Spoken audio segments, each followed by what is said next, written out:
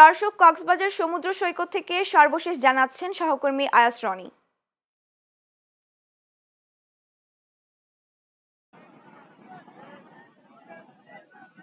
তুলসী, আপনাকে ধন্যবাদ। আমি এখন দাঁড়িয়ে আছি কক্সবাজার সমুদ্র সৈকতে।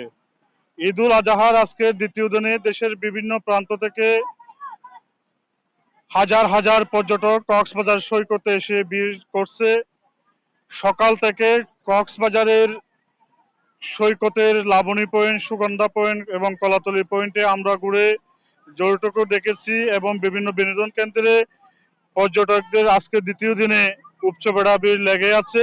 এছাড়া কক্সবাজার যে সমুদ্র সৈকতের সকাল থেকে আকাশ মেঘাচ্ছন্ন থাকলেও এই পর্যটকেরা তাদের সেই সাগরের জল রাশিতে তারা গোসলে মেক্ত ব্যস্ত এবং গুড়াই কিটকট জেট স্কিটে চড়ে তারা তাদের আনন্দঘন মুহূর্তগুলো পার করছে। কেউ কেউ সাগরের বালিয়াড়ি এবং কিটকটে বসে সময় পার করছে।